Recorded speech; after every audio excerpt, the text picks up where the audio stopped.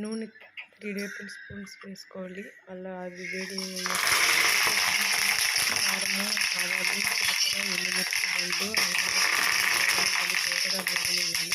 దాంట్లోనే తెలుగుగింజలు వేసుకోవచ్చు. ఆప్షనల్ తెలుగుగింజలు నేనైతే వేసుకున్నాను.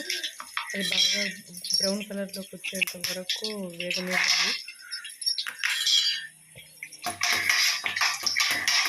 బాగా వేగినాక దాంట్లోకి మనం కలిపి పెట్టుకున్న రైస్, ముందుగానే వైట్ రైస్లో ఉప్పు, కారము, లైట్గా సాల్ట్ అవన్నీ మిక్స్ చేసుకొని కలిపి పెట్టుకున్నాను. ఆ అన్నం వేసుకోవాలి. వేసుకున్నాక బాగా కలుపుకోవాలి.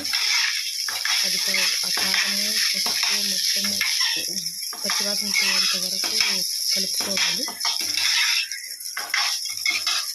బాగా మిక్స్ చేసుకున్నాక లాస్ట్లో కొత్తిమీర వేసుకొని గార్నిష్ చేసుకుంటే ఎంత టేస్టీగా ఉందో కారం రైస్ రెడీ.